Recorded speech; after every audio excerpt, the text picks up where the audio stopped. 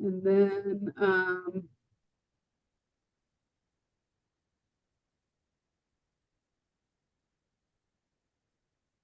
We don't have anyone else joining us? we're waiting. So the city changed the way that we send out previously I would send out an invitation, and the invitation that you received was the same invitation that I would send to applicants. Sure. But that's been switched around a little bit due to some issue.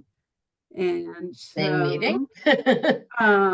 so for each application, just so you know, all the applicants will be arriving as attendees. And then for each applicant, I'll have to promote them over, allow them to speak and share their screen, and then de-promote them, I guess. So Emote.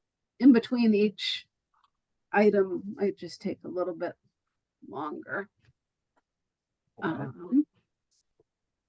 But you're welcome to, we'll start and do the roll call. They're filling in as we speak.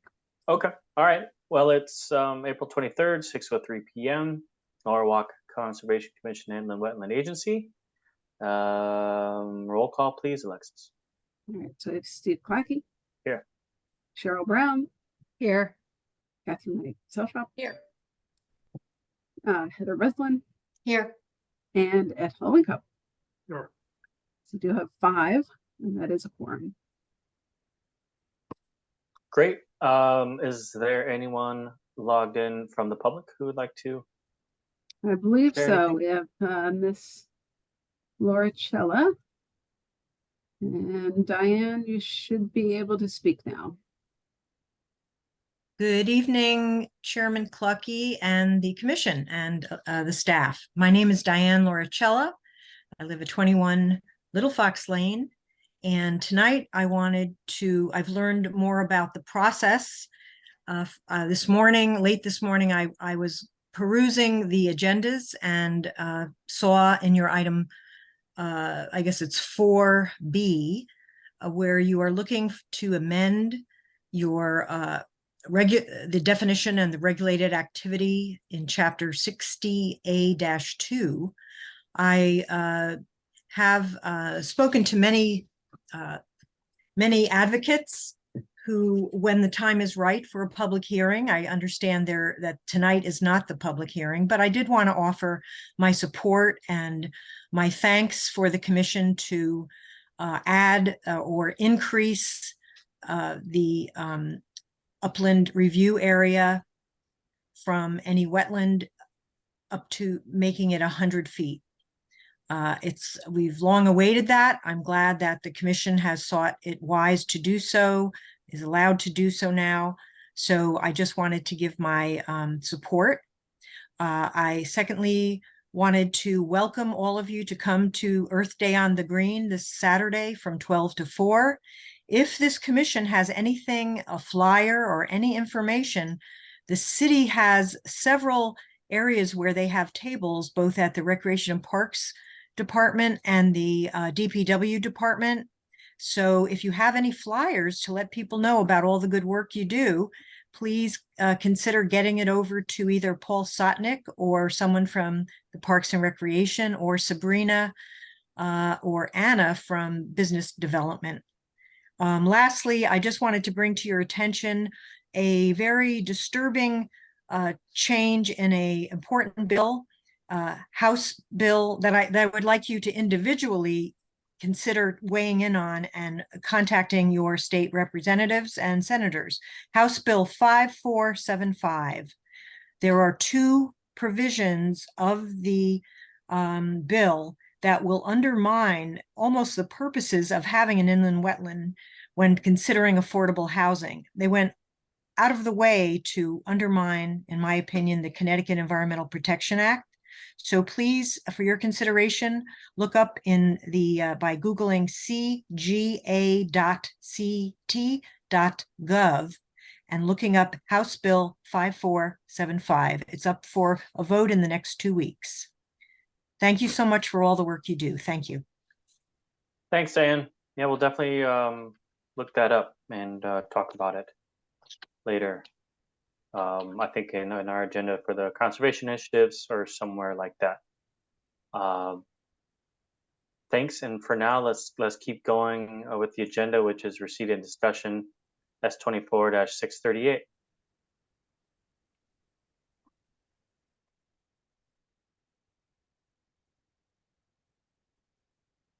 Alexis is very carefully adding, and she's muted too, by the way. Well, we should have a contest when people are muted to try to guess what they're saying. Well, Brady. All right. Mystery Science Theater 3000 or something like that. You guys remember that? I think we're all old enough to remember that. The applicant is here. So this is, as you noted, there's an existing sanitary pump station adjacent to Keeler Brook, just south of Connecticut Avenue. And it is old and decrepit.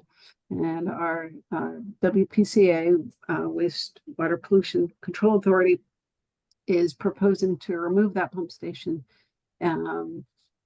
demolish the existing one, and then build a new and better one. And so applicant, if you want to make a very quick. Sure. Thank Sure, you. absolutely. This is Dennis, Dennis Divert. Can you hear me? Yes. Oh, Mhm. okay, great. My name is Dennis Divert. I work for Wright Pierce Engineers, representing the applicant, the City of Norwalk WPCA. I also have Nelia Bauer here as well, WPCA engineer, if you have any questions for the WPCA. But I will make just a quick 3 to 5 minute presentation for you folks. I'm going to go ahead and share my screen. Let's see. Okay, so just to provide a location of where we're at, this is the Chick-fil-A on Connecticut Avenue, Route 1 in Norwalk. This is the high tension Eversource power wires. This is the Keeler's Brook here on the right, and this area right here, this is the existing Keeler Brook pump station. It was built in 1971. It's at grade and it's about 30 feet deep. So it is also in the floodway. We originally we were going to raise this up, but we were told, no, we cannot do that because you're in the floodway. So what we are actually doing is this application is for the demolition of this parcel, which sits on a easement granted to the City of Norwalk by Connecticut Light and Power, aka Eversource now. Once the new station is built, this easement will be relinquished and the city will be granted a new easement. And this general area here, where my cursor is, this is where the new pump station is proposed and is paved area. It is outside of the floodway and it will be 3.5 feet above the 100-year base flood elevation in this area, which is elevation 88. The existing station is below that at elevation 87. So let's see, just a little bit more here. Again, as it was built in 1971. And included in the application packet is a letter from Eversource allowing the City of Norwalk WPCA to submit this application with them as the owner. Again, let's see. So just a little bit of details. The new pump station it'll sit up here. It'll be an above grade building and a below grade storage tank, which will hold the sewage. This pump station here, it will be removed to 10 feet below grade. We could not remove any more of it, number one, from a cost perspective, but number two, it's too close to the high tension power lines here. So the existing station will be gutted. Anything mechanical or electrical or anything with any sort of fluid or any sort of chemicals or anything like that will be removed from the cavity. The cavity will be pressure washed and then it will be filled with some sort of select fill, sand/stone, and then capped with dirt and grass planted in this area here. And then this will just be relinquished back to Eversource. For cuts and fills, we're not changing any grades.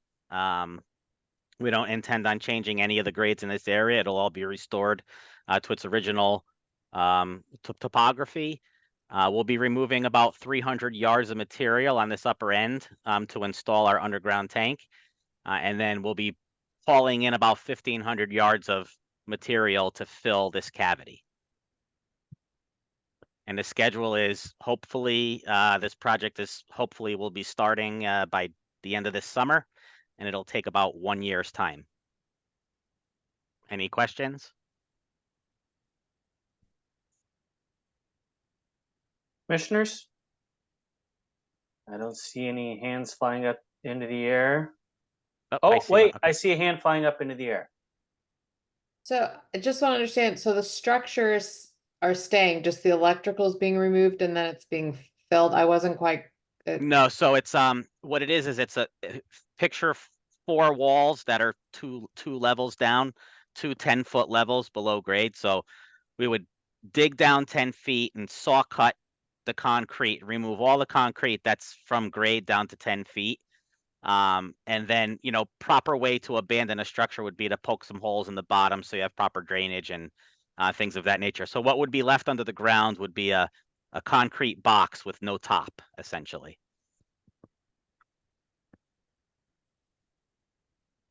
okay. Does one find a hard time finding volunteers for that job?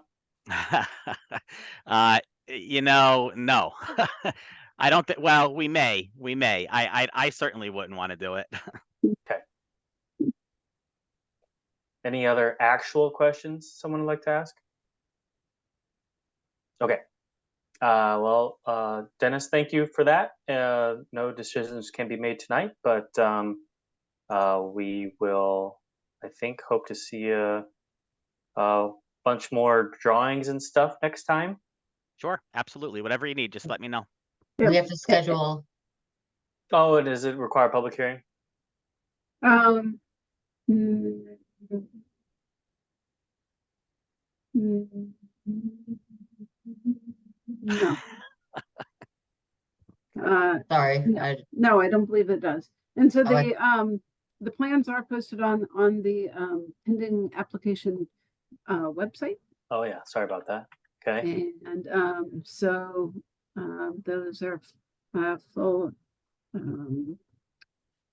site plans by an engineer that has the details. They also have a few site photographs of the existing. You can kind of get a better feel for the existing pump station and how it is underground, and all that you really see are some small roofed areas and some grates on the ground.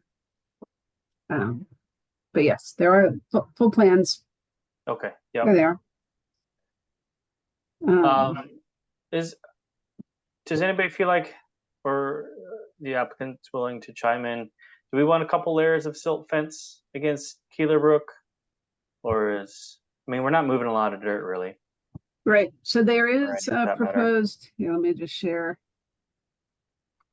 the screen.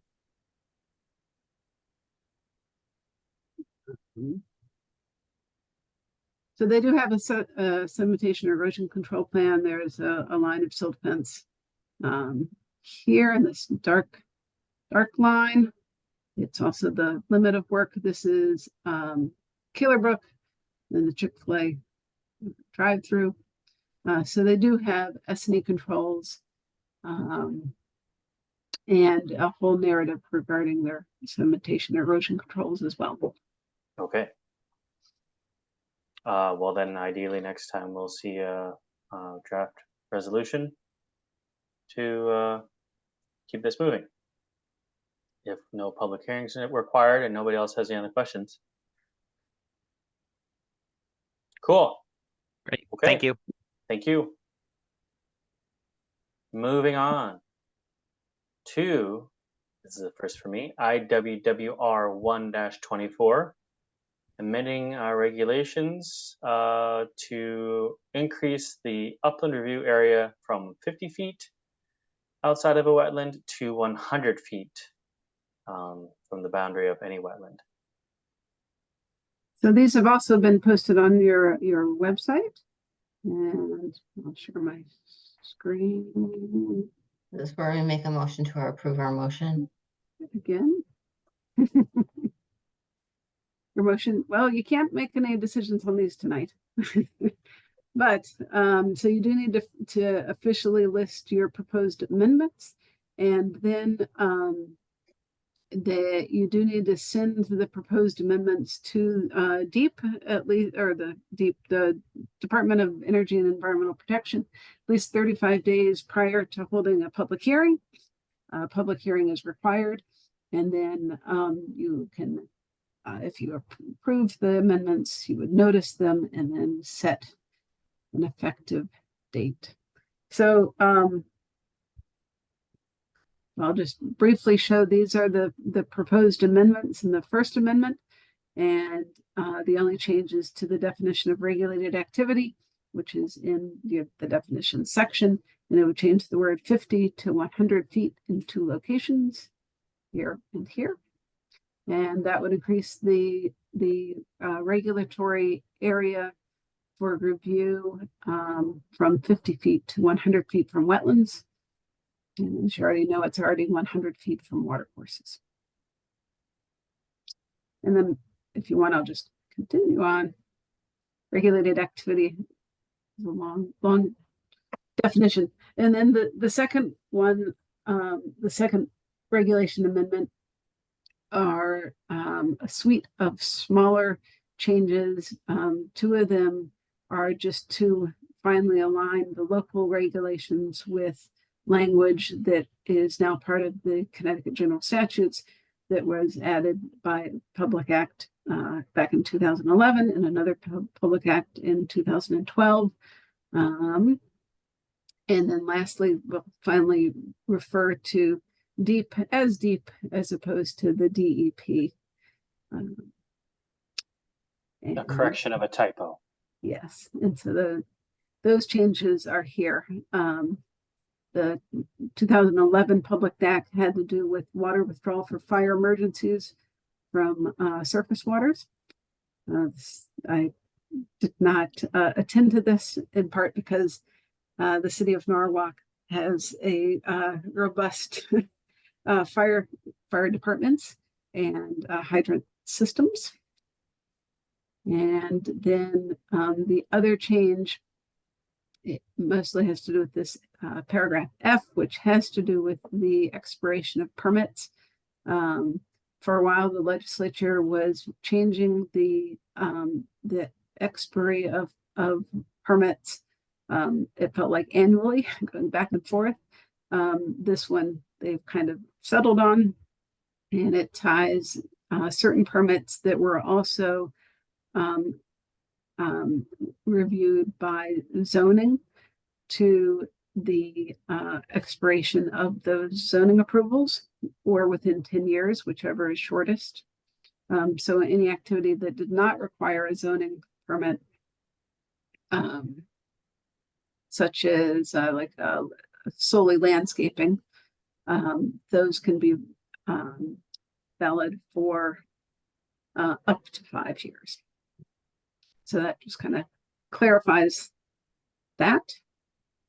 And then also clarifies that as a condition of any approval, you can provide internal restrictions as far as the time of year when an activity can happen. And this has always been implied. This kind of clarifies that the general statutes back you up when you have an internal time frame. And that's it. Okay.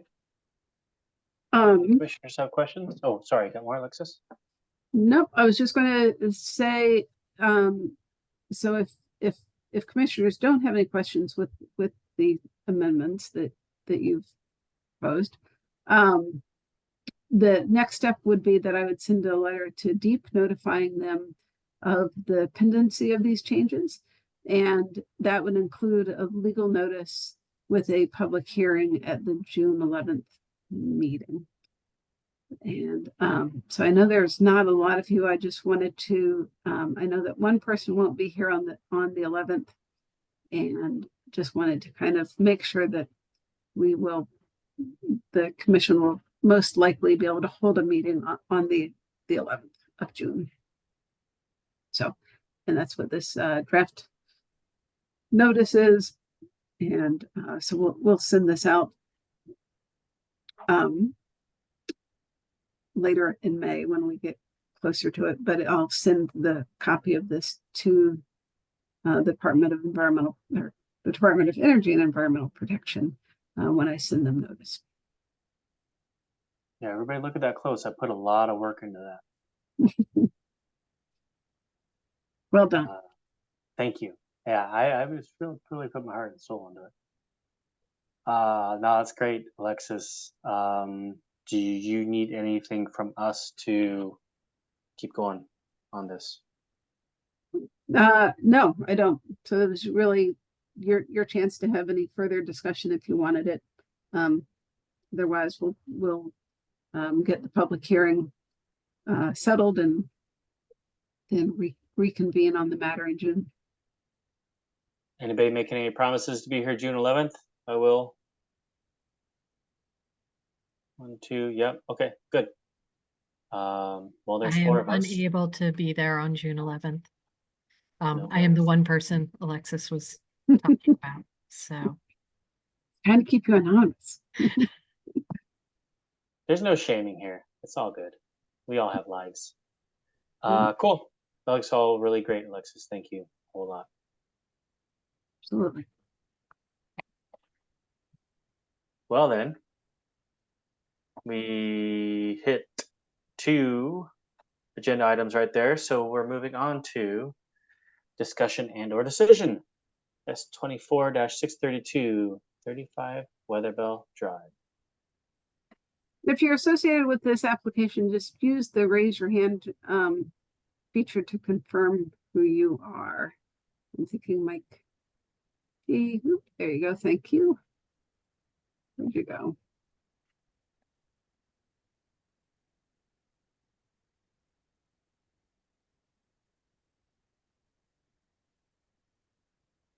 Great. It looks like the applicant has arrived. So just to recap, it's a corrective action application. And I think we spoke briefly at the last meeting about the wetland delineation, confirming that the delineation accurately reflected the pre-existing conditions of the site prior to deposition of the fill and getting a site plan. And Mr. Pascarella, welcome to give an Good. update. Yeah, I reached out to another soil scientist. I'm waiting on a confirmation date as to when they can arrive. Hopefully I will have that by the end of the week. And then we'll go for once I have a date, I'll get the surveyor on board. Awesome. Is that- That sounds good to us. We'll just hope to hear something new at the beginning of May. And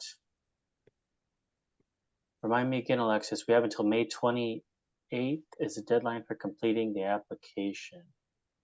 So Correct. basically we have a month. So, all right. So I think there's still a chance, right? As long as the package that is put together before the 28th by your professionals that will soon be engaged.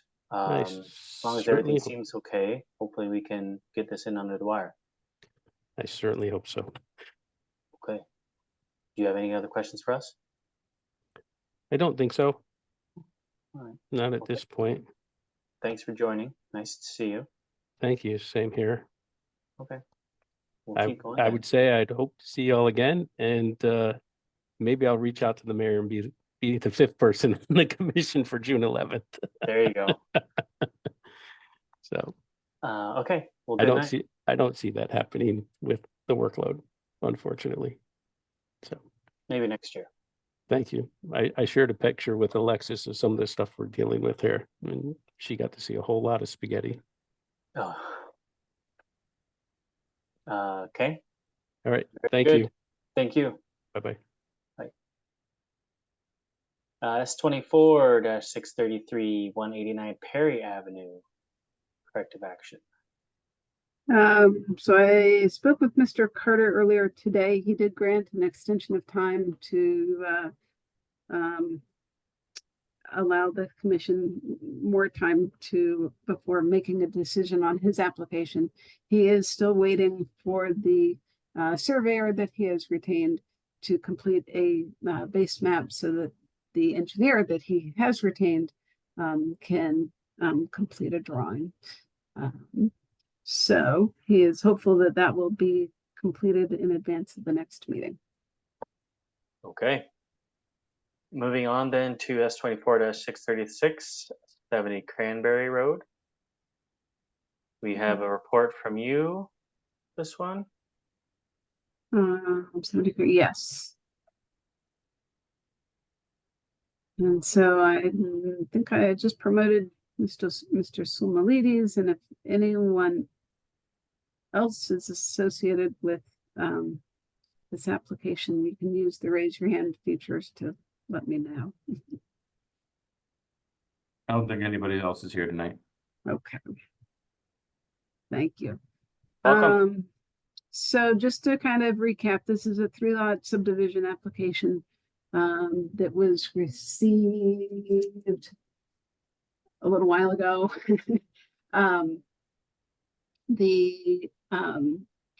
You had a bit of discussion regarding the 3-lot subdivision, your concerns at the last meeting on April 9th. The applicant presented an alternate plan showing a 2-lot subdivision, which received a much warmer reception from you.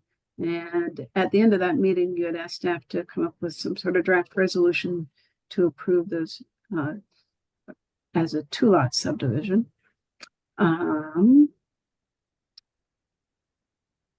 That's kind of my synopsis. That's where you are.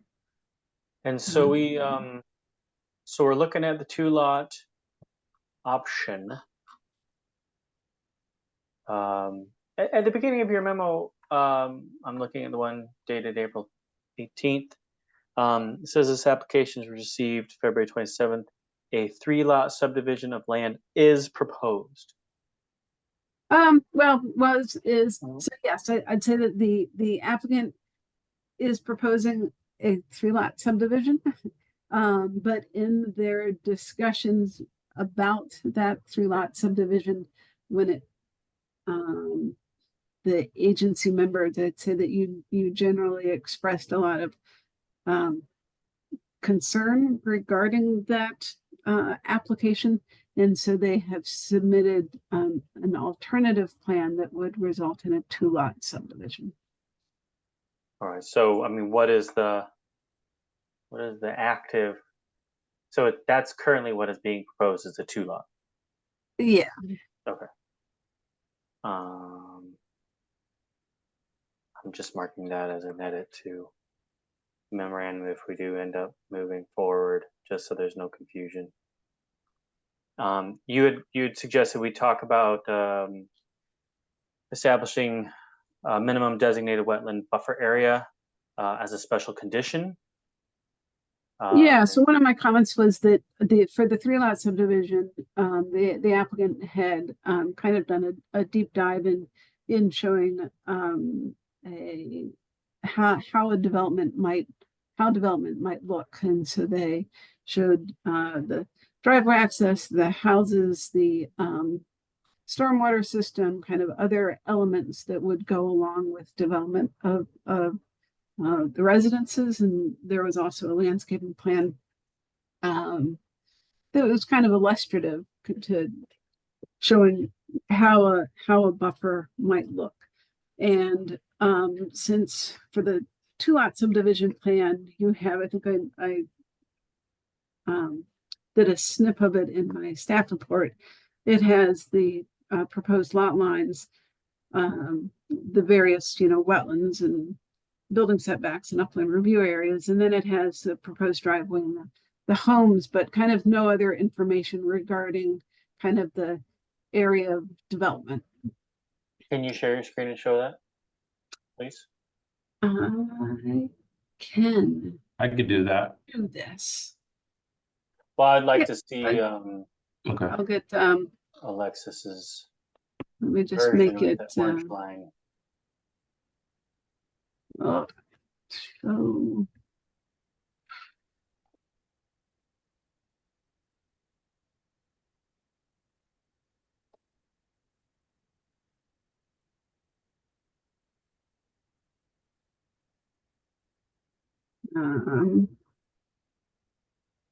Oops.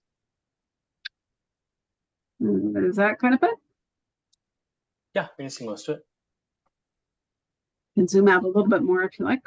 No, it's fine. It's fine. Then we won't be able to read anything. I think that gets the idea across. So this is just a snip of the 2-lot subdivision plan. The wetland watercourse areas are roughly outlined in green.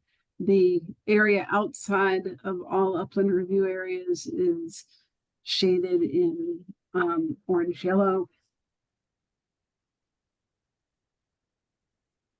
That's the 50-foot buffer, right? That's the 50-foot. This is the 100-foot upland review area from the watercourse, and then this line here is the 50-foot from wetlands. Would you just, if you want to scroll down to the next one, I think it's a little more obvious, Alexis. The other, okay. There you go. And so that right. is, see how the orange is offset of the dash just a bit. That's 40 versus 50 feet upland.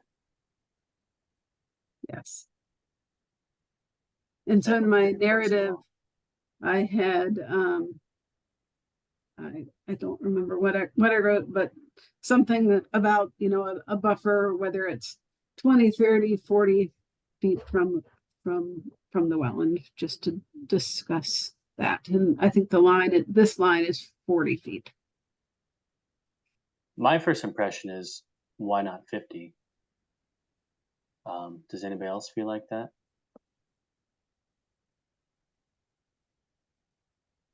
You just start to get, that's up to you to talk about.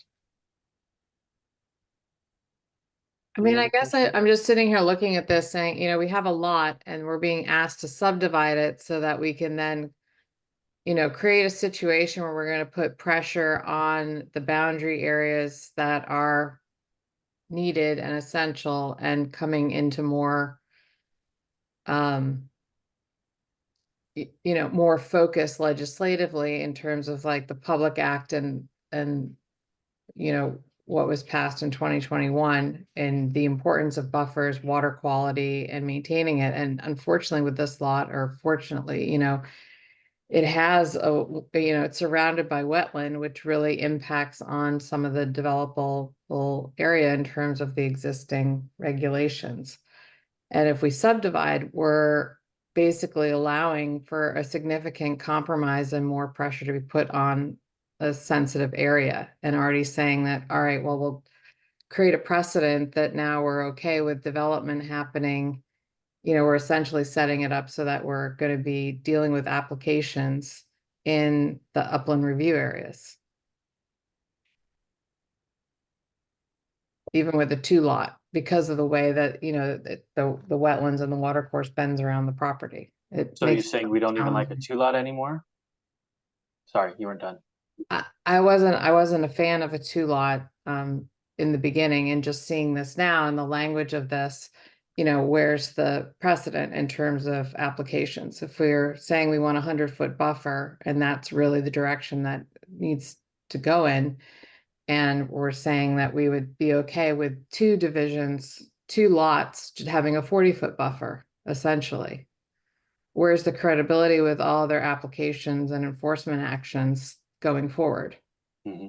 If we're saying that we're okay, because we're setting it up where we don't have to, but we're setting it up in the future where we're going to have to allow for significant activity within the upland review area.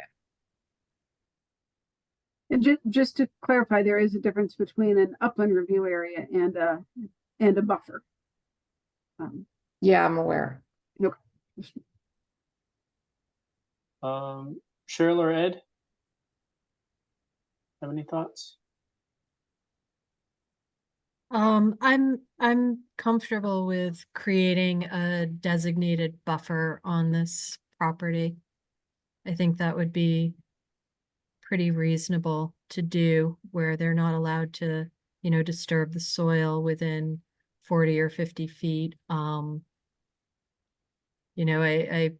I do see the 100-foot as a review area, not something that is sacred. Okay.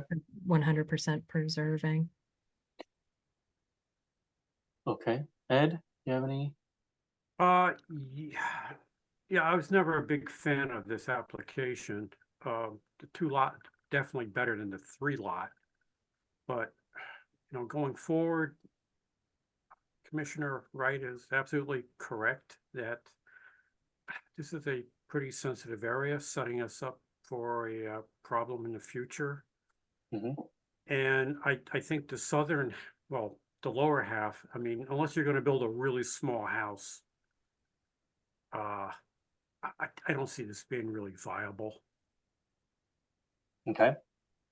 Heather, you weren't on my little list of thumbnails, so I kind of forgot you were there. Do you want to chime in? I thought you just didn't want to hear from me, which I I understand. always want but, to hear from you. I mean, I want to plead the fifth here. I truly You believe can. that. That's totally fine. Yeah, okay. I'm gonna plead the fifth. I mean, I think the 2 is a good compromise if that's what we're looking to do is make a compromise, I think. But I don't know. Okay. Pleading the fifth, going back to being quiet. Okay. Well, we have a draft resolution. Let's see.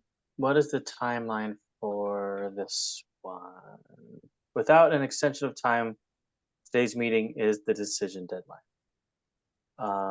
So it sounds like it's not a matter of tweaking and adjusting. It's a matter of if we can live with 2 with some limitations imposed, or 2's not an option regardless of what limitations we impose.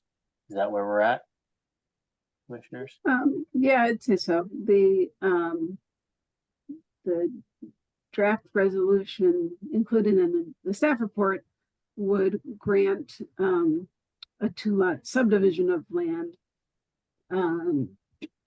But but with that comes 3 conditions, and it's really the first one that it tries to kind of establish a minimum no-go area from the wetland boundary. Right. Okay. So hearing that there are some members that aren't too enthralled by the proposal of a 2-lot, trying to come up with some way to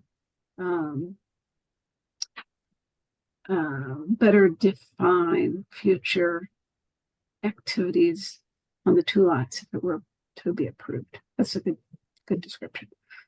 Right. So my first inclination is to,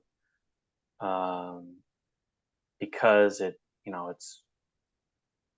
2 lots or nothing, let's just vote on it. Is what I would throw out there.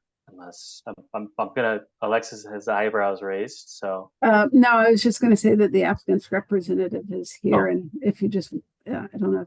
Give him a chance to Mr. talk. No, he doesn't want to talk. Sorry, Andy. Yeah, go for it. Yeah, go ahead and try to convince us here. No, I think we've said enough over the past few hearings. I just want to say we're open to 40 or 50 foot, no-go buffer, non-disturbance buffer. which will allow us to, hopefully we could at least plant in that buffer in the future, but obviously no grading or activities within that. I think that's a good suggestion. Okay. That's all I have. So thank you. Commissioner Knight and Holowinko, does increasing the no-go setback by any number of feet change your opinions about having 2 lots?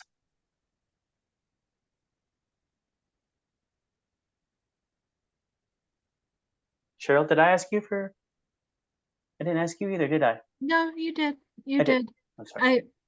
I think 40 or 50 That's right. foot I'm sorry. We started. no-go buffer is great. We don't get that very often. Right. Okay. So sorry. Back to Catherine and Ned. Is it an option? If you want to say no, that's completely within your rights. I'm still not comfortable just in terms of, going forward, having 2 rear lots, that you have it here in terms of, the subdivision being agreed to, but, enforcing that is another challenge. Got it. Okay. Yeah, being familiar with that property up there, I just think it's being overdeveloped. I mean, Okay. I'm trying to think so when we get in the situations where we basically come right out and tell somebody no, their recourse is to basically take the city to court. Is that right, Alexis? And say, well, the commissioners spoke based on, or they made the decision based on an opinion versus, let's say, the professional input of an engineer. So if they wanted to do that, I think, Andy, you guys have provided a evaluation of the wetland functions in your application. So we'd be going against that. Alexis, am I kind of explaining this correctly? Like, we don't have, other than our feelings or opinions, we don't have anything technically from a professional that says that, So I would say that there is a wetland delineation and assessment report as part of the application packet. And you would be encouraged to maybe read it again. I'd say that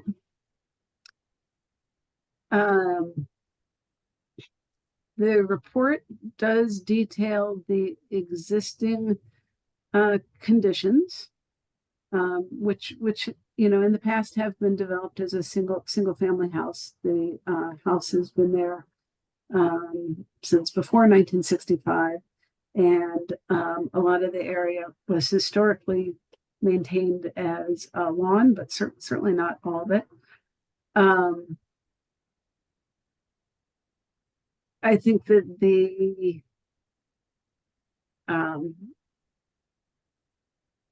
but that's talking about the upland review area, and what that currently looks like. And then there's the kind of the assessment of Stony Brook and the pond and wetlands.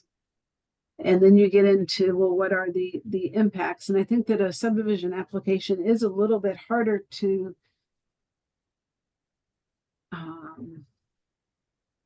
quantify the potential impacts, because you don't know everything. When you have a development wetland permit application, you have a site plan that shows all the details, all the grading, the sedimentation, erosion controls, a planting plan, and you can start to get into the nitty-gritty assessment of impacts to the wetlands and watercourses. With subdivisions, it's a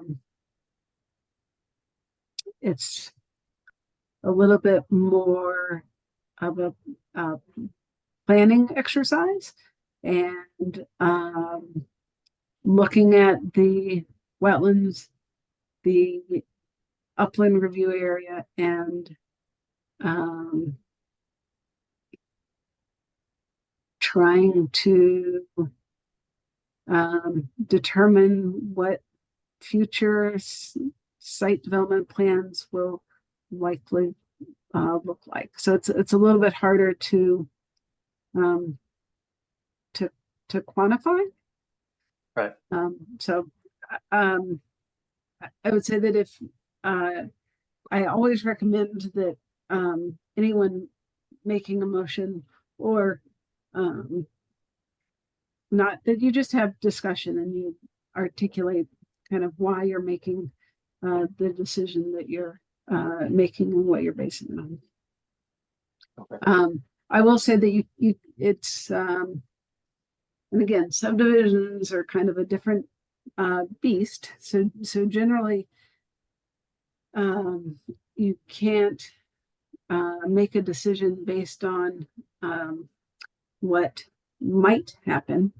But subdivisions are in part like a might happen. So you are in a little bit of a decision pickle as far as your normal site development plan assessments. I think the term within reason probably is one you would use Yeah. in this instance, right? Or with reasonable expectations. Okay, that makes sense. About that. Oops, did I cut out for a sec? All right, Okay. so go ahead. No, I was just confirming that you're good and we can hear you. Okay. Can I interject for a sec? Sure.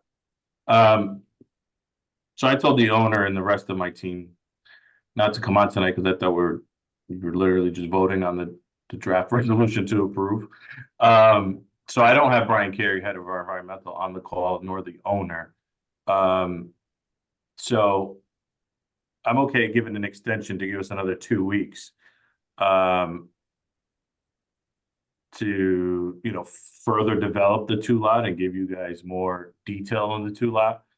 I will share quickly and just reiterate a couple things on the 2-lot. There are 2 structures on this property right now. We are proposing 2 new structures in basically the same general vicinity that those structures are now. A lot of the development on one of these lots is even outside the 100-foot review area, completely out. The house is completely out. The driveway, or a good portion of the driveway, is out. So you see where we're actually connecting to the existing driveway. There is no development of this lot that's even proposed within the 100-foot. So this would be basically as of right over the counter with a Lexus. This lot here wouldn't even come before you again. This other lot here, we're showing, here's the existing residence. If you can't see it, but it's kind of faded and overlaps with ours. But that's where the existing residence now, and this is where we're proposing a new one. The new one is proposed completely outside the 50. Because it's within 100, obviously this would come back before you folks for an approval. So I don't think we're overdeveloping the site. The site is already what it is, with 2 structures, 2 residential structures on it. When we're looking to replace them in the same general vicinity, these structures are currently serviced by septic. That's probably leaching into the river and the pond. And we're looking to propose this connection to sewer. So a huge impact on the surrounding wetland. So I think there's, it's kind of hard to say, oh, you're going from 1 lot to 2 lot and you're doing so much good. But I think there's some good that comes out of allowing future development of these lots.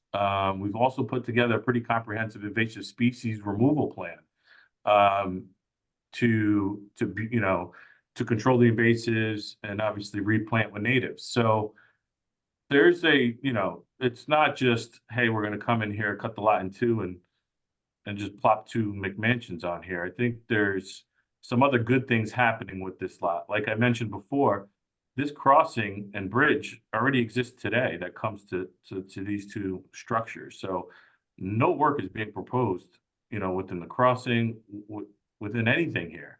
So there's no disturbance within a wetland. There's no disturbance that we're looking to do to further develop these lots. Yes, we're showing a line here that divides the two, but access in and out of this property is going to remain the same. The amount of people using the property, I think I've heard that in the past, like, we don't know who the users of the property are going to be, and now it's going to be more intense. Well, those two structures already exist as a residence, as two separate residences.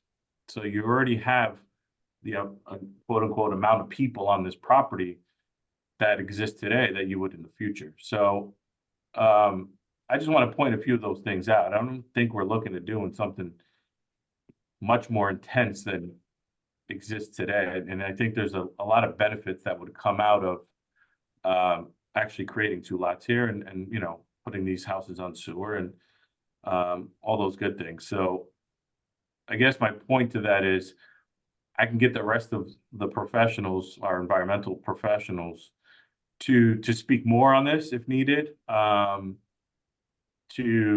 do a full, because I don't think we fully developed the two lot. We could fully develop this two lot and show you folks what that looks like. But like I mentioned, one of them is, completely out of the 100-year. That's going to be over the counter as of right. And then we were basically replacing the existing house with a new one. So I'm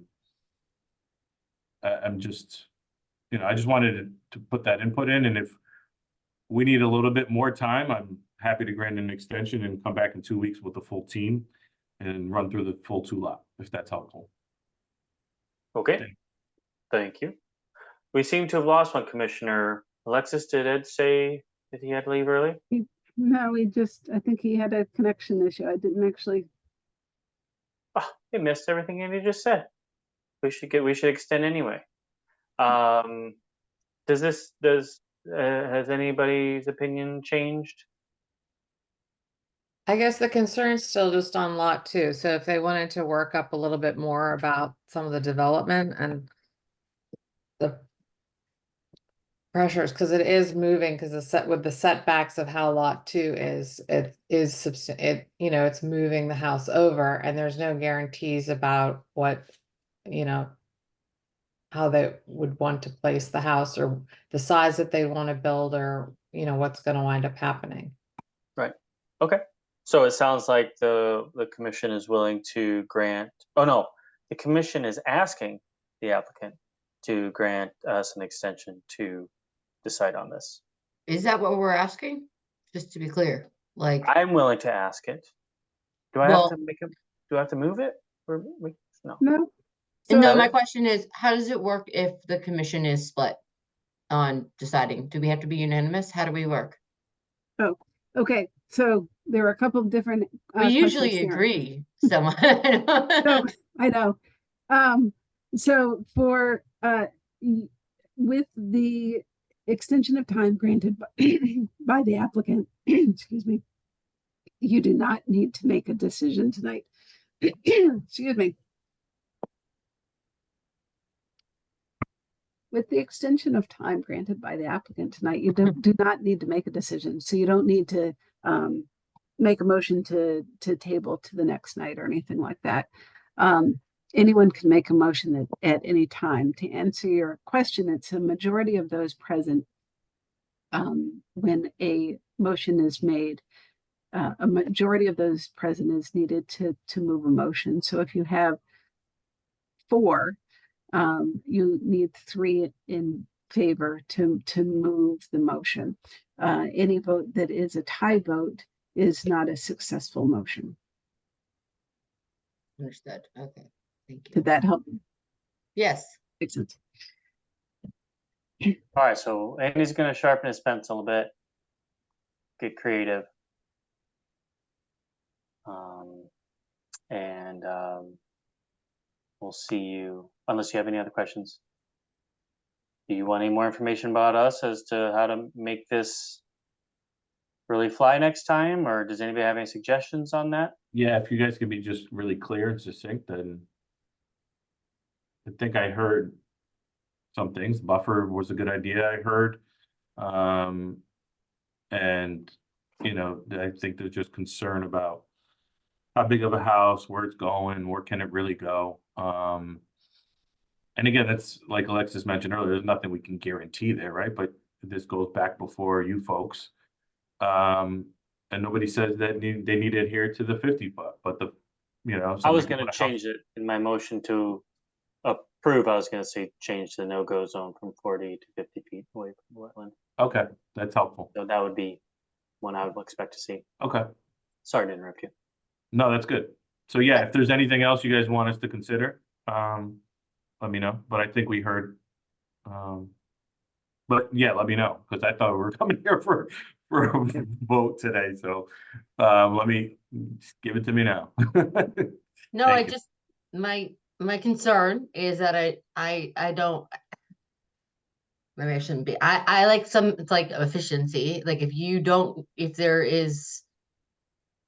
Doesn't sound like there is, and maybe I'm wrong, correct me if I am, wiggle room in this planning. In other words, people either want to approve or don't want to approve, and I don't know what another 2 weeks is going to do to that. I don't know what the plan, how much the plan is gonna be adjusted. And so my concern is like, are we just, Kicking the can or dragging this out. yeah, I mean, Well, now that Ed's back, It's back at 6:58. That I don't know when you left, when you dropped exactly. I mean, am I wrong here? I don't know what, so Ed, I'll bring you back up to speed. So, I should have done that. I'm sorry. the applicant would, rather than risk a failing rejection today of the application, would rather have more time to finesse the plan in some way that would make it more appealing to the commission. But the point that Heather was making was that, well, if it's the fact that there's two properties down there and there's nothing that they can do in the design as far as setbacks or no-go zones or whatever, that's going to change the minds of enough commissioners, then there's really no point in giving them more time. So, I mean, so just so we're all on the same page, I'm for essentially as is. Cheryl's on the fence. Heather, For as is, or what do you mean as is? well, I mean, the draft memorandum, I was Yes. going to propose to edit it. So you're on board. Yes. I'm on board if it's a 40 or 50 foot buffer. Okay. So minority commissioners, do you want to try to convince us otherwise? Because otherwise, I'm just going to put it to a vote if we've got 3 and send them on their way.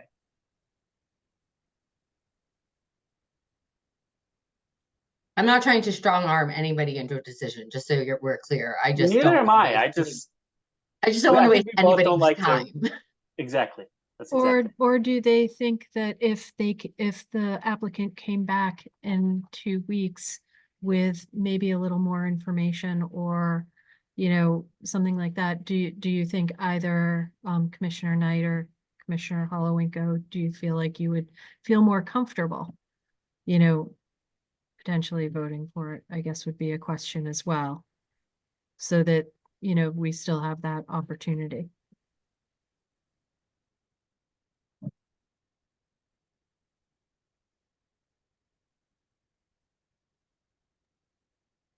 Yeah, I guess I'm just trying to be a little bit of a guard or looking at it from, Norwalk sits as probably some of the higher percentage of development in riparian zones in the state. And, this is a water course. This is not just a wetland. This is a brook that feeds into the sound ultimately. And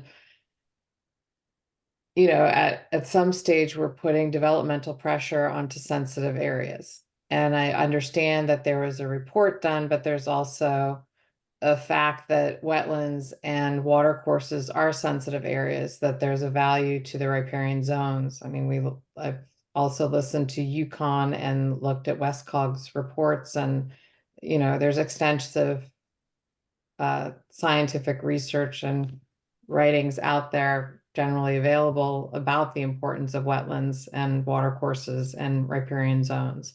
And, you know, we're subdividing, and yes, there's 2 dwellings currently on there, but it's also zoned for 1 residential use, or however it's zoned, and it's 1 lot.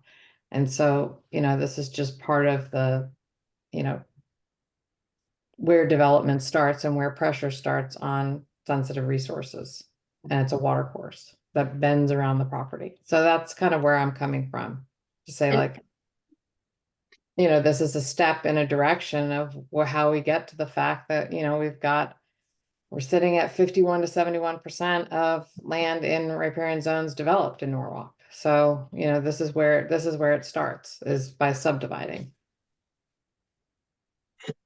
Well, I don't disagree Again and with you. again in conferences as to, like, this is the first, if you want to protect it, this is one of the first, like, guardrails. But I mean, as far as, so I guess where my brain goes, right, I don't disagree with the sentiment of what you're saying. I think my brain goes to what happens next, what happens next, what happens next, right? And like, I think that ultimately, if they wanted to push this into a legal situation, I'm not sure we have the ground to stand on. I don't know, I'm not sure, but it doesn't seem to me like we do. And so then I would guess I would like to be certain that we don't, but you know, I'm just, outcome wise, I just am worried about yeah. I don't disagree with what you're saying. I guess I just try to look for, like, what could be our next step, what could be the possibilities, and I just don't know if it's there. That's, I guess, where I'm going. Okay, Can I just make one clarification? sure. This is zoned for 3 lots. From a zoning perspective, I think you were saying it's zoned for 1 lot, it's for 1 lot. I mean, the acreage from a zoning perspective, you could probably get 4 lots, but obviously with the pond and everything, you can't, but it is Yep. zoned for New or old zoning, Andy? the old zone, yeah, when we submitted. So Lexus, can you confirm or deny? And what Andy's saying? No, just from a So- zoning perspective, forget wetlands. I was just. No, I was referring clarifying. to, on the current map, it's 1 lot. You're Mhm. asking for a subdivision, so it's currently not on, Correct. on a map 3. It's Correct. 1. Right, yeah. right. Correct. Yep. Okay. Okay, well, so I think we're still maybe at Ed, you haven't, you're still where you were before we lost you a few minutes ago? I would feel, yeah, I'm sorry about the web connection just went down here. It's fine. Sorry about Obviously. You know, if that house was going back in the same footprint, you know, I'd be okay with it. But I don't know, you know, again, we don't know what's going to happen in the future. But, you know, to approve a McMansion in there seems like really stupid. So, That's what I'm worried about. so maybe, oh, go ahead. But yeah, I mean, I guess if the new application came back in the future, you know, putting the house right where it was now, it's like, yeah, okay, fine. I mean, you know, but we don't know what's gonna happen. Mhm. All right, so Andy, but we do know one option they'd have is to take the north lot, Andy, squeeze it and make the south lot taller, and Right. then That we would- establish a you know, I mean, Catherine, do you want, I mean, so from what I hear from you, it's 100 feet is 100 feet, right? No, that's not what I'm saying. What I'm Okay. saying is that, we have one lot currently, we're being asked to make two, which then potentially the second lot's problematic. The first lot, fine, there's plenty of room and space for somebody to develop something very nice that would meet what they want within, the wetlands and the water course and everything. It's lot two that's a bit problematic because of where the placement is of the brook and flood zones, etc. And, I don't know how much, I think we'd have even less legal standing, trying to shape and massage a reasonable compromise for the development of lot two. Okay, That's so you where I'm think going. that, So I so think we you, have less legal standing than we would now. and why is that? Because if it's another house that's essentially in the same place as the existing house. Well, it wouldn't be in terms of setbacks for the zone. They couldn't put the second house in the same footprint because it wouldn't meet the zoning setbacks from the lot line. Wow, Right? but I think we could get close. Alexis, could you share your screen again, please? Yep. And if I'm just dragging this out, somebody just let me know. But it's just gonna get, we're dragging it anyway if we don't make a decision, so. I mean, Let's do this. thank you, Alexis. So, right, 40 of a rear lot would require a 40-foot setback from all around. So that's what this 40-foot line is from each property line. And so the way that they are currently proposed, this house would be required to be removed, and a new house could not be built here. It would need to be within this box here per Yeah. zoning. But if that long property, the east-west property line gets moved up, it's gonna make lot one skinnier, but it also gives us the opportunity to get a decent size footprint overlapping with the old footprint in lot two. And this may be a crazy idea. And in fact, Andy, if you want to drive, or if you just think that's a no-go as far as, Yeah, I was just gonna jump in quick. We did exactly that. We made that lot one as skinny as we could, to give lot two as much breathing room as possible. You and what start, is skinny as you could? What is that? Like, so you can see the house wouldn't have, there's not much depth to that setback to setback there. Yeah. As you can see, as you start squeezing it even further, is there a rule for how much space you have to leave to be developed between setbacks? You need to be able to fit the circle. right. Let me I'll have that. okay. Yeah. Let me stop sharing. I don't think I have the Circle. survey with this. Right, so the old regulations, with the old zoning regulations, which this was filed just prior to the change in regulation, spells out the dimensions of the goal is to get regularish lots, and so it defines a minimum frontage, minimum lot area, and kind of the shape of lots, at least in the front, so that they don't kind of pinch down to nothing and then blow up. Like, we don't want funny shaped lots. And then the circle has to be a 75-foot circle that's behind the front setback line, that shows it's kind of like we've gotten rid of it, but it is used to show that there is the lot has to be kind of regularish in order for the circle to work. I don't have And so very good does the circle have to fit within the setbacks entirely, or just the front setback? No, just within the Property. Just the front front setback. setback, if I behind the remember front right. setback. Those are old Uh, regs. Those are so out of my head now. Yeah, Just behind the front setback, behind it the needs to front. be an 80-foot diameter circle. for 80. I don't have an actual plan of it, but I'm trying to draw it for you real quick. You're not gonna let us watch you draw it? Yeah, I mean, But that's the challenge is when you start looking at that triangle of within that 40-foot setback for lot 2, that's kind of the where the challenge is going to be in terms of managing the placement of the development of that triangle. mhm.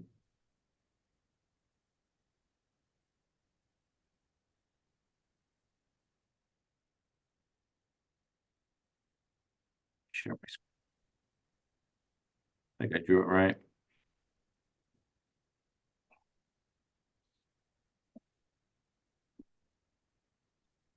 So it's certainly can be more narrow. It's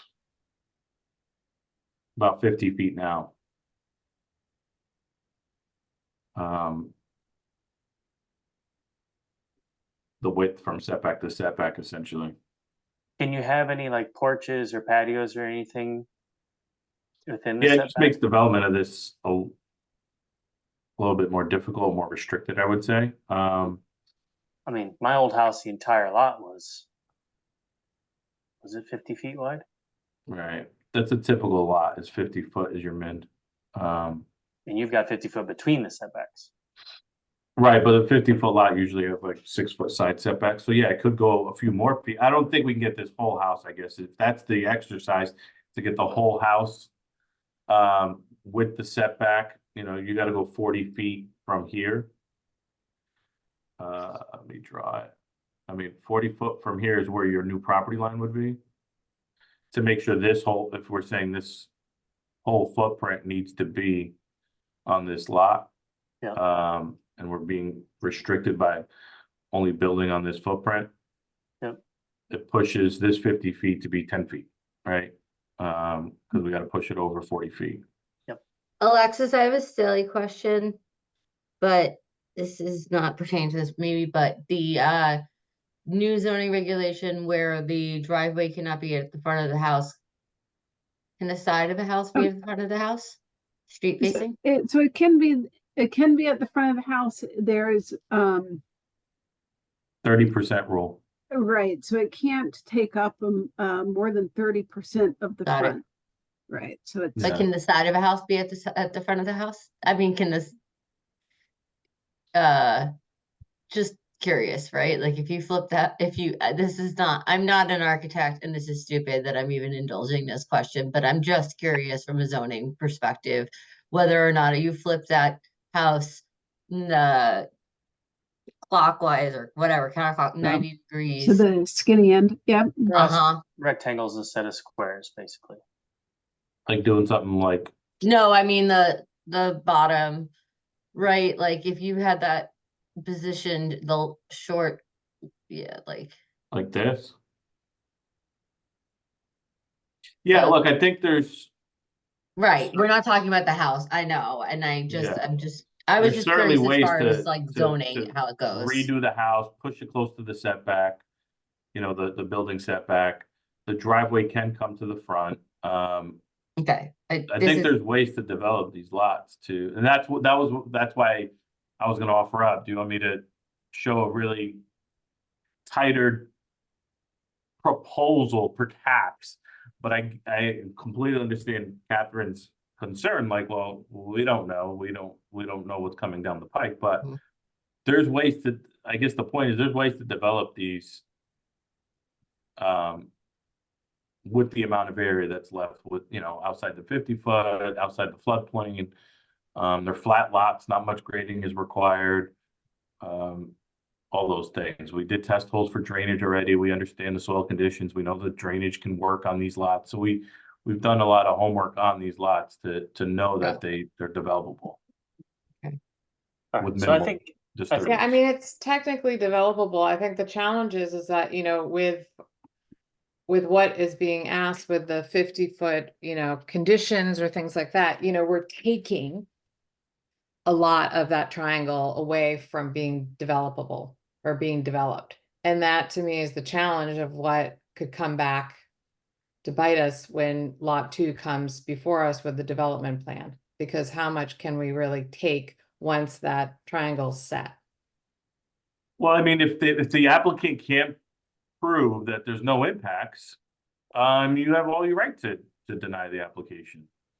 You know, it's the applicant's burden to show you folks that there's not going to be any negative impacts by development of this lot, right? I mean, that's the burden of the applicant.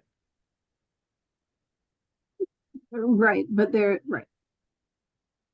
But by approving it, you do then have two building lots. But that is true. I mean, there's nothing to say once this lot is split up, if you never put that buffer zone in, somebody couldn't come in and propose a house here. Right? Somebody proposed a house here, you have every right to deny it.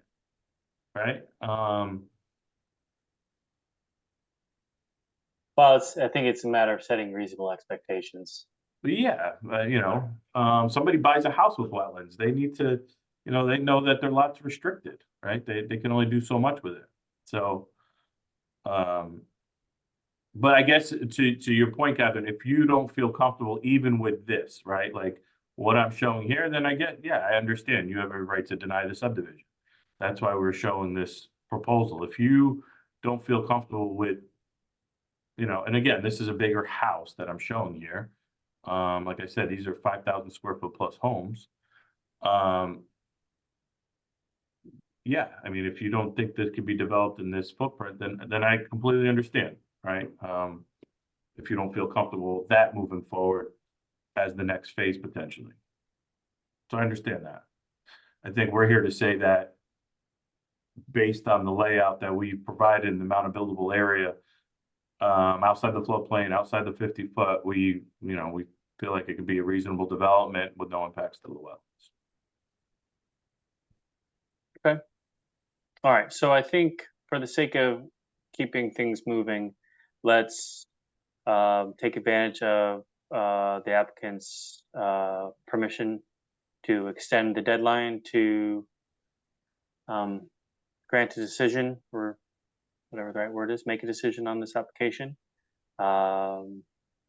Andy, unless someone else, I'll give someone else the opportunity to move to take a vote right now. Does anybody want to? Okay. No one said yes, so I'll assume that's a no. Yeah, and that's what everybody wants to do. That's great. I mean, we'll have most likely potentially different commissioners on the next call, right? So who knows? Okay, well then let's just move on, if that's right. We've taken enough of Andy's time tonight. Thank you. Alexis, you need an email from me, or this is good for an extension? This is good. We've Okay. Thank you all. recorded Good night. Do this. Okay. Thanks. it. Okay. Moving on. S24, 73 Witch Lane. New single family And, residence. applicant, if you are present, just use the raise your hand function in Zoom and I'll thank you for identifying yourself.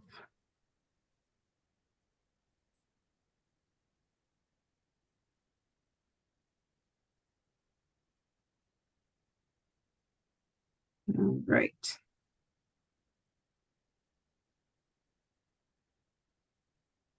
Should be able to speak now.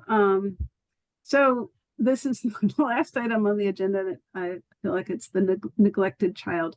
I have not spoken to the applicant in a while. I know that you sent me some revised plans based on the an updated survey.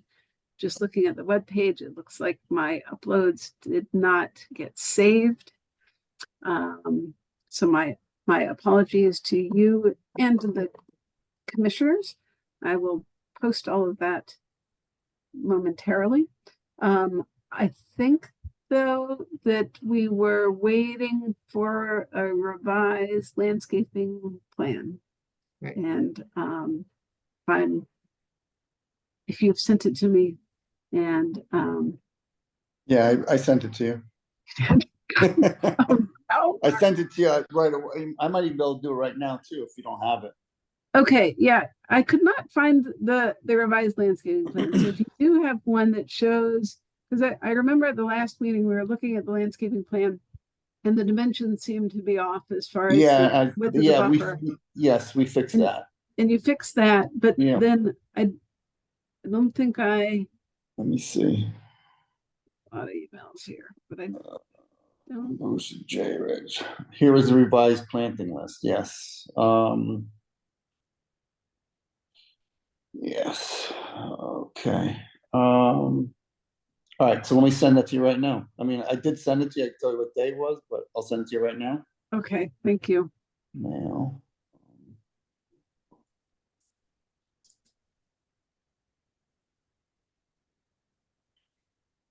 So while we're waiting for that, just to recap, it's a proposed single-family house on a lot that previously held a house but has since been demolished. The previous driveway came in off of Witch Lane. All right, you should get it any second. Okay, With the wetland on the driveway area. let me just share my screen for now with the jaded.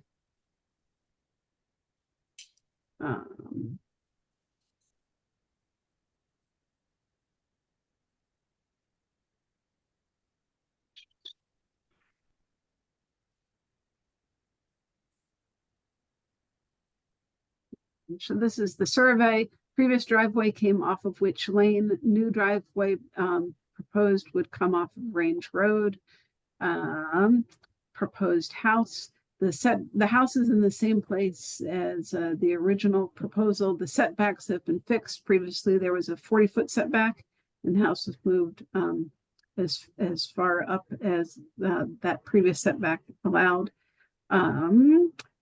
The old driveway would be removed, and these are buffered demarcation boulders that are consistently 25 feet from the wetland. In this area, it's the wetland and the pond. And then over here is more than the wetland, but it lines up with the buffer that was approved at 10 Range Road, which is the adjacent property.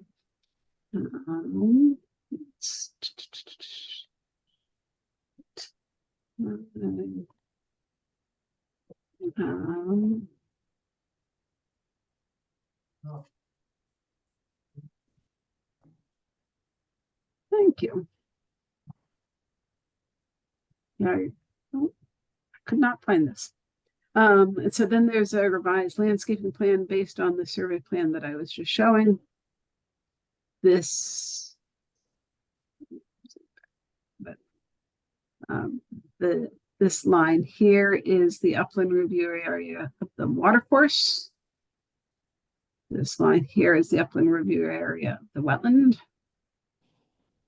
Where's the water course as opposed to, I know, I think, This is the upland review area of the watercourse, and then this dashed line yeah, is the watercourse. I see, okay. It kind of gets ponded as it abuts. There's a culvert right here under Witch Lane, which effectively acts as a dam.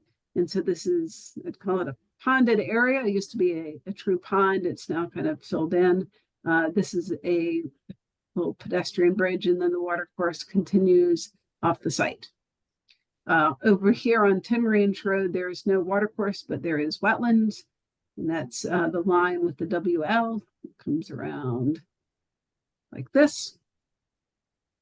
So the buffer is proposed approximately 25 feet from the wetland. A schedule of plants. I thought we had discussed potentially pushing that buffer, well,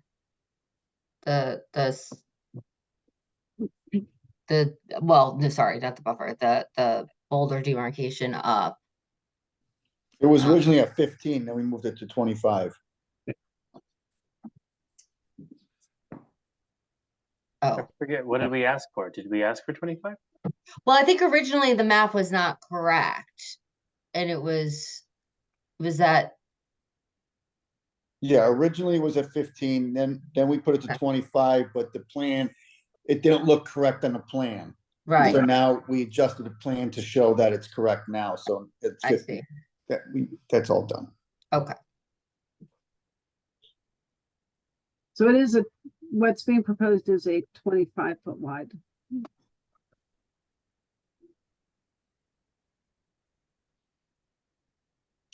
And that's what Okay. we did on the other homes too, I believe. That the commission has already approved on the other side of the Yes, site? Was it those 25? houses are finished, they're completed, yes.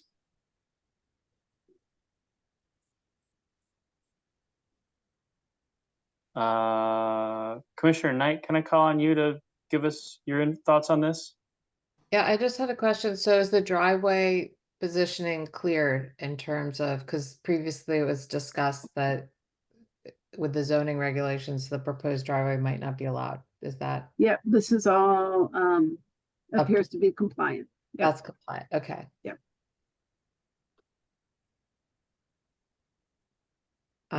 I'm like struggling with my eyes to see. Sorry. Oh, I can make it larger. Yeah, your screen's really wide today. I Alexis. know, sorry, when I share it gets, I have a very wide command center here. Thank you. So this is the approximate location of the former house is about here. It's not actually shown anymore. And then this was the old septic area. And again, the driveway that had come in. The new driveway would come from Range Road. It is compliant. I believe this would be asphalt, and then this would be a permeable pavers. We're honestly moving the house further from the wetlands. So it's closer to Range Road, that originally from the original house that was there. Thank you.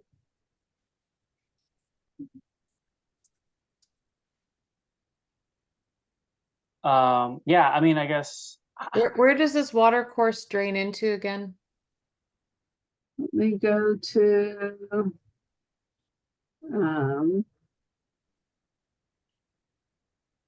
hold please. It goes to um,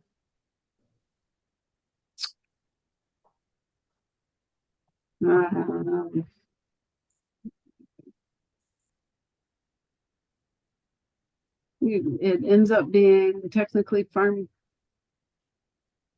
Let's see, hold on. Having a 7:30 brain freeze.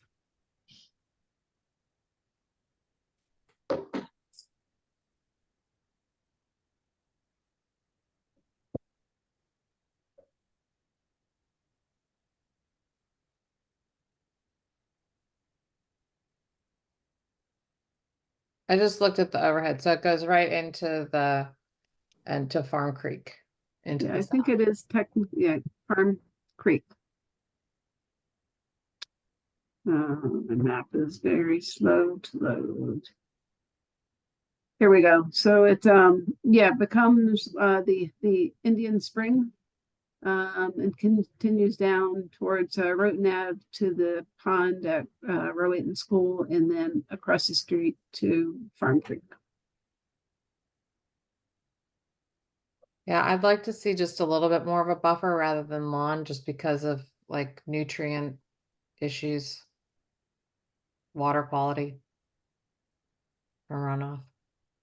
well, I mean, We have chambers, we have all the water control done, we're, you know, it used to be on septic system, now the new house is going to be on sewer. I mean, we're definitely making improvements to the water quality. It's the hypoxia from just the over fertilizing that comes with the lawn. The other two lots on the other side are exactly the same, and they were approved with this 25-foot buffer. Yeah, I mean, We're not held to any precedents though, are we, Alexis? No, you're not. I mean, the construct of the wetland regulations is that you look at each individual proposal relative to each individual wetland. And while you certainly try to have a consistency amongst your decisions, it doesn't bind you to a particular buffer width. Okay, I mean, if you looked at it originally, there was a driveway there. We're removing that, we're, adding more wetland area than it was there before. yeah, we're constantly in this zone of finding a middle ground between what is there, what should have never been there, and what would be ideal. And so that's where we find ourselves in situations like this. But I'm also, I mean, not to throw a grenade here, but I don't see how or why in one application we wouldn't allow any development whatsoever within 40 feet. Whereas in this case, we'll allow a lawn up to 25. It just doesn't make any sense to me. I mean, water from a roof is going underground. Septic we don't worry about. To me, like you said, Catherine, the hypoxia is probably the biggest concern, and we all know that people fertilize the hell out of their lawns. So, I mean, I'm sorry, we can assume it's a possibility that they're going to fertilize the lawn. So, yeah, I don't know. Why don't we push the buffer up to 50 then? Move those boulders another 25 feet.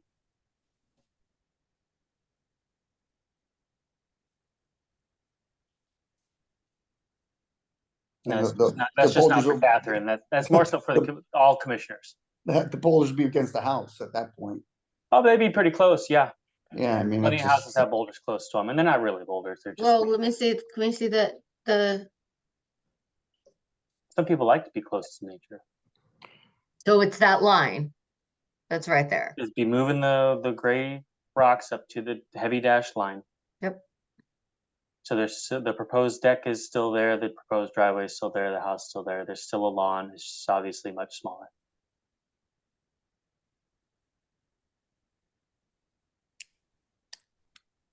Commissioners, I'd like to hear from all of you if I could, because I'm getting tired if you can't tell.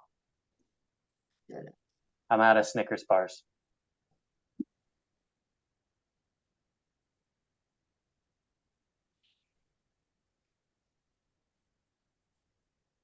No?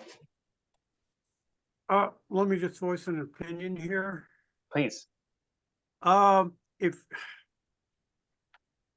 personally, I mean, if we increase a buffer so we can move on, I think that would be a good thing. But that's not what the applicant wants to hear, but an increased buffer would certainly help. I mean, that's what we did originally, was at 15, and we said 25, and now we're coming back and saying move it again. Well, Yep. I mean, We are, and then that's just going to be the way it is. So, Ed, where do you want it? I'm okay with the 25, but That's if where it the is other- right now. Yeah, I mean, where it is now, but the other commissioners feel it should be bigger. I mean, I get it. Okay, so no number, but Hollowinko will buy 25. Breslin? I'm with Steve, I'm with you. I don't understand the logic that we're going by, to be quite honest. Like, I really don't. So I would compromise at 40 feet, but I can't see going. I think 50 is the right answer. But I am all about compromise. All right. I don't get it. We got 1 to 25. We've got 1 to 40 to 50. Ms. Brown.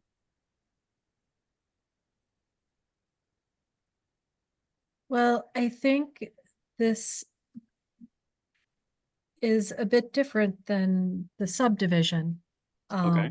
We have the actual house. We have the actual planting plan.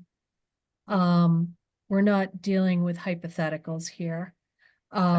If we had approved this subdivision and said there has to be a 40 or 50 foot buffer, I would expect to see that right now.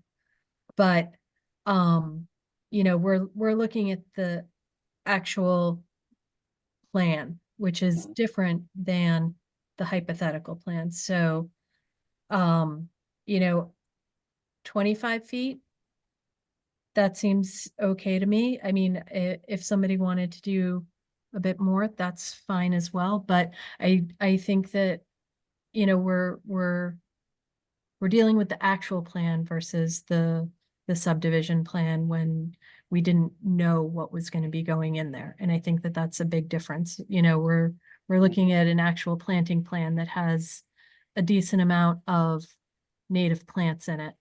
It also has a decent amount of perennials in it. You know, everything's native. I think, you know, that seems beneficial to me, to this buffer area. Okay. All right. So you're happy with the way it is. Heard from Breslin, Brown, Knight, Ms. Knight. What's your number? Do you have a number? I mean, I'd like to see a larger buffer if possible. Okay. No number, but more. Yeah. Okay. So we don't have a resolution to approve. How about if I suggest 35 feet, we call it quits? Well, either way, you're gonna have to update the plans. All right, well, we got 2 bought in at 25. I'll go 35. So there you go. But that's obviously not a vote. I'm fine with that. Has anybody been to an auction? I love auctions. I think they're fantastic. Okay. I mean, so, you know, we are we are doing a lot of planting there. We're Yeah. bringing, I mean, there's nothing there now, absolutely nothing. Yeah, no, I was, yes, I think we're on the same page. It was an exercise in whatever, logic or whatever. So, all right, so we'll see an updated plan review from the applicant, ideally before the next meeting, and ideally in time to give staff time to draft a memorandum approving that updated Yep. application. That sounds good. Okay.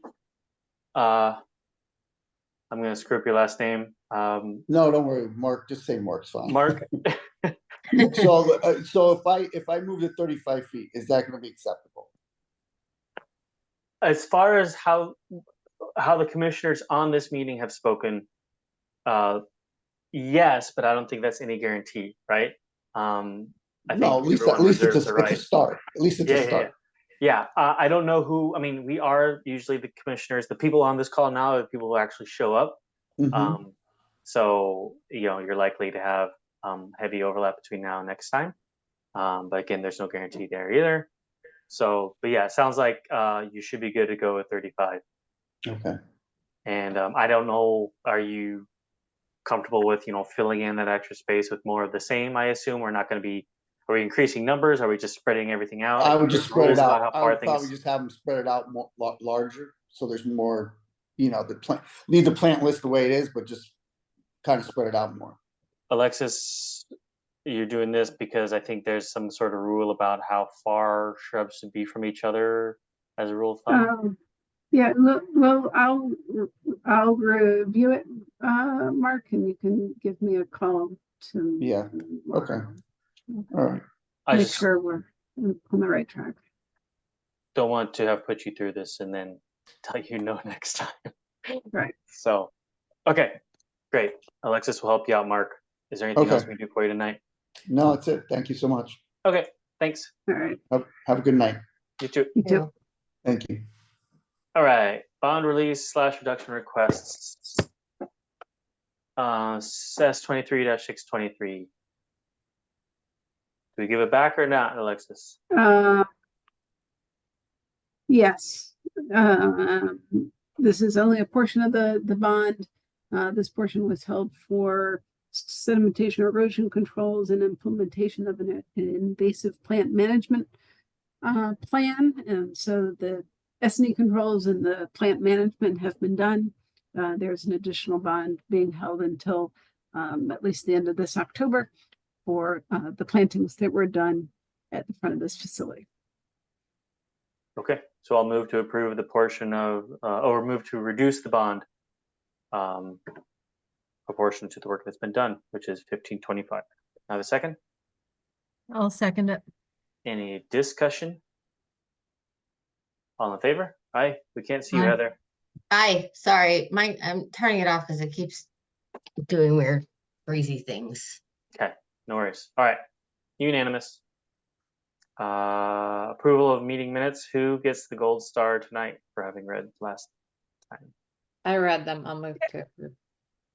I'll second. All right. Do we need discussion? All in favor? Thank you, Catherine. Unanimous. So conservation initiatives, now that our wetland regulation amendment is a full-born whatever, I'll circle back to what Ms. Lorcella mentioned, which is it's a great idea to have a table and a person and flyers at Earth Day on the Green. I can't personally volunteer for it, but is anybody else up for that sort of thing? Oh, yes. Really?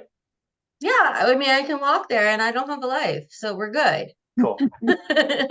Do we have anything do we have any, well, you're the queen of swag, Heather, I not even am. swag, but marketing materials. For those of you who don't know, Heather runs marketing at Stephen. So yeah, unlike your place of employment, I have no swag, unfortunately, like literally nothing. No flyers or, That's paper. No. well, I could QR code it. I can definitely, I was going to stop by if my life allows. I've got a lot of complications at the moment, but I was going to stop by also. But I will think about, since I was going to be kind of a transient participant, now that I know that you might be there, I will look more carefully for stuff. Can we make, I mean, so, oh God, this is what I always do. I've been warned not to do this because I get excited about things and I'm like, I can do it. And I'm like, I'm well, not stopping you either. it's Tuesday and that's Saturday. But it's Saturday, right? Correct? Yes. Okay. Let me ask this, is there something that this commission, I don't know as far as what needs approval through the city or not, but if there's a beg for forgiveness, ask for permission, loophole kind of thing, if there's any information that we would like to, that we deem important for the public to know, that they perhaps don't know, that we can put on a sign, that we can somehow talk about native versus, like native species, planting native species, what they do. I don't know, just the spitball in here.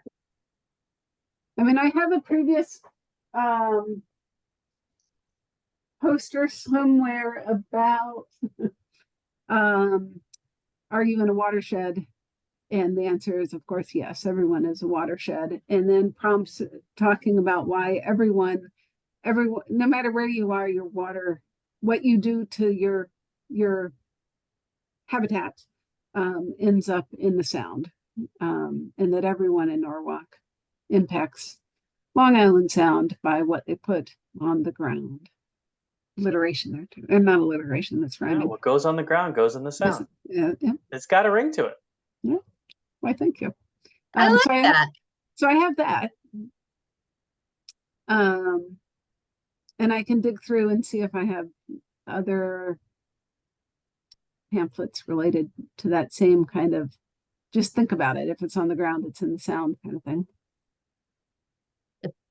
If you need any, but I guess I'm asking too, if you want any, if there is any information that we do want to get out there, I'm happy to put something. Well, we've talked about this. Maybe Heather is before your time, where Steve, I Very hear it nice. in your voice that the volunteering Heather is coming. What is it? No, No, I'm just saying, we talked about how, half of the applicants we talked to had no idea they had wetlands on Right, the lot right. until they got a violation, right? And it's like, are there wetlands on your property? Well, we don't have, and Alexis, correct me if I'm wrong, but we don't have like a clearinghouse for properties with wetlands on them. Or and we don't have a GIS that the public can access anymore, do we? Not at the moment. We're Not at the working on that. Diligent. So that would be the big thing, I think, big point to convey would be, do you have wetland on your property? Question mark. How do you tell? Question mark. Is this a wetland? Is that a wetland? These are, what is a wetland? Yeah, I mean, you could put that on a one-sided 8.5 by 11 Board, poster or, poster. yeah, Yeah. board. Call and have the conservation officer or the, Alexis's office's contact information on it. If in doubt, ask, that sort of message. find out. If in doubt, find out. What goes in the ground goes in the sound. Well, I Come up with any more I tonight? can print, I have a plotter, so I can print out posters. I don't, to get things, like a volume printed out might be a little tough to do, by Saturday, because I'd need to, get a minimum of bids and, do a purchase order. But I can certainly print out a, poster. So if Heather, if you want to like take a stab at like Yeah. From your perspective, and then I can edit and print and produce. Yeah, I guess I just, Can we have a QR that goes to their website yes, with with their phone numbers? yep. It doesn't have to be in depth. No, I just want to know what are we like, how can you, so what am I putting on this? How can we tell how can you tell if there's a wetland? Like, where are we just saying, I think the key is that sometimes you can't tell by just looking at the ground. right. That's what I was gonna say. Sometimes you can't. Maybe Sometimes they're really, wet, and maybe we can have a picture of like a classic, the classic wetland with skunk cabbage. But sometimes they're lawns. And I don't know. And just to check or just to kind of think about it first. So the direction would be to just, so to be clear, the call to action would be to go to call. Is that what we're saying? Call or email. Yeah. Okay, call or email. Okay. Okay. That's Is what I'm there just any trying to chance I understand. have a wetland? And then usually the answer is no. And then Right. sometimes it's yes, and sometimes it's we can't tell. Catherine, did you have anything from that training you took? Anything we can steal from like Deep or anybody? Well, I was gonna forward around because there was some good stuff. I mean, that was partly what I was going off of, was this case for repairing corridor protections. And I mean, they're talking like 300 feet, but you can get 100 foot, that would be great. And there's a lot in the WestCog report that they did, which is really helpful. But I don't know that this pertains to the Earth Day booth per se. Right. Okay. Heather, I'll send you the link to we do have a summary, like the Cliff Notes version of the wetland regulations that kind of explains it in. Yeah, that would be great. I just don't know the vernacular that we like that's typically used. If there's anything informational that actually would help people, or I mean, if the answer is always, I mean, basically I know the answer is check, but some indicators might be helpful or. Right. There's really great in that WestCog report, there's a great diagram showing phosphorus yield in the state of Connecticut with it's a color coded map. That's pretty cool. Here, I can put that in the chat. We have a chat? We don't have a chat. No, we can't do a chat in a webinar. What do you mean phosphorus yield? Like the, Well, phosphorus is usually, the nitrogen is what runs off into the waterways. And, yeah, well, Catherine, you correct me. Where does phosphorus come from? Nitrogen comes from waste and fertilizer. Same with phosphorus? Yeah, fertilizer. Fertilizer and silt, actually. so you're, It but I'm binds just, to the soil, so that's one of the main reasons you want to Uh, acidity controls. so you're for- saying where it is that what you're saying? The yield? Like that's where that's where the words are losing. yeah, me I'm on. sorry. Yield as in what they've measured. Ah, thank you. Yeah, Norick, it's like over 75%. I mean, it's really, Yeah, Wow. very high. Yeah, shoot, all of Fairfield County, honestly, along the coast. Not, yeah. That's, I mean, all the way up to New Haven. Do you have that, Heather, or should I send you a link? No, something like yeah, any thoughts, if there's any good diagram or any good whatever talking point, anything to help people understand. I'm happy to throw something together.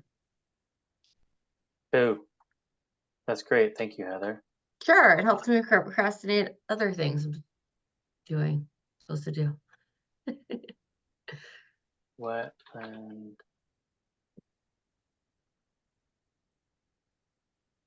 Best pod paper. Okay. All right. We don't need to talk about the logistics now about like who do we contact to get a table? I Do we think need we're gonna mooch off an existing table. okay. Yeah. Uh, We're good. I thought you were gonna volunteer me to wear a sandwich board after that, but so that's good. do you have any like mushrooms you can hand out or anything like that? I told you it's Rams. I can give a whole little, how to use dandelions that are on the lawn, but Yeah. a lot of Cool. phosphorus floating around, so maybe not. If you could have like bits of leaves and detritus in your hair too, that would be good. I usually do. Cool. All right, great. That's nice. Thank you, gals, for volunteering. Yeah, I mean, there's some good stuff in here about the importance of the buffer zones and how it can really help filter out and reduce the nitrogen levels, which is Yeah. why, I think for the we want public, to, it's we want to, we're not like anti-lawn, we're just Right. trying to protect the So tying it back to hypoxia, maybe, or I don't know. hypoxia, You're because it's tough to like. There's so much to cover. You have a There wetland. It's really is, and I like lawn management is for everyone, really. the Save the Sound people are like, looks like they're still out there. Oh yeah. I've really gotten involved with them at all.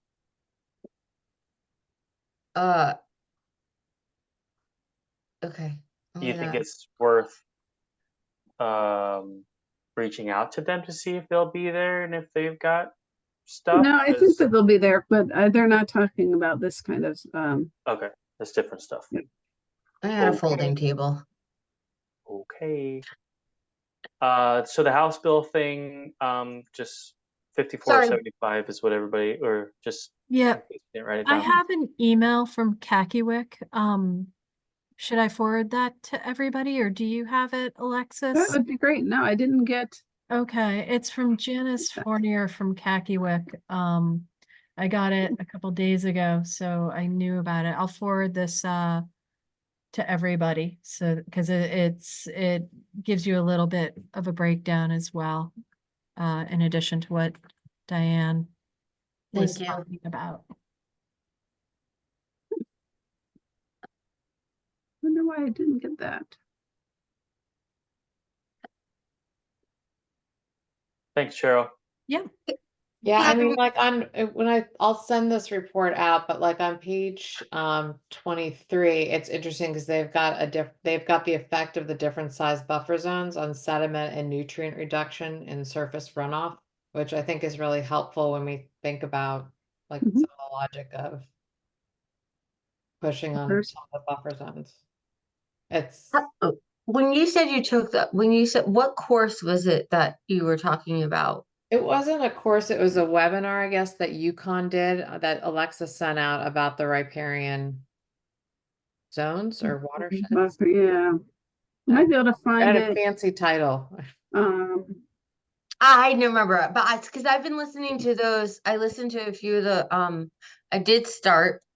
There's the course that I started through Deep, right? Mhm. There's that one, and then I started but I would listen to the what's the other one? It's also associated with UConn, but it's starts with a C.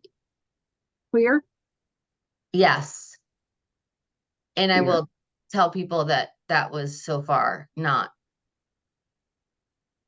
all that useful. Yeah, the clear ones are more hit or miss depending on the that's the about an hour at the lunchtime series, right? Yeah, it's very general and it talks about a lot. It's a lot of agencies all rolled into one. And so it for me isn't something that, so I'm taking the wetland, the deep one instead because All right, and I'll see if I can get I'll reach out to Dave Dixon at Clear at UConn and see if the riparian buffers talk is recorded and available. okay. Yeah,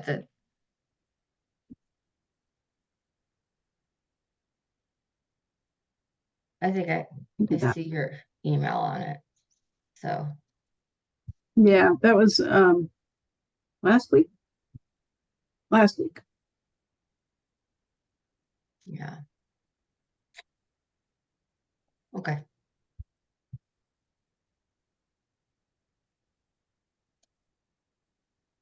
All right.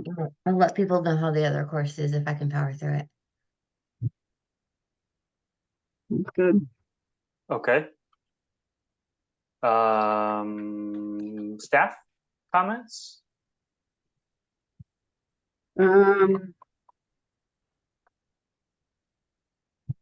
No, I should always say I should prepare something because I think of stuff, but then by the time that you get to this point of the agenda, I'm like, no. Okay, good enough for me. Yeah. we're on. Any other commissioners would like to add anything? Sorry for losing my patience earlier. I hope I'm forgiven. Cool. All good. Thank you, Cheryl, for forwarding the thing from Keckwick. Okay, I'm gonna move to adjourn. Second? Second. No discussion required. All in favor? Okay. Night, everybody. Good night, everyone.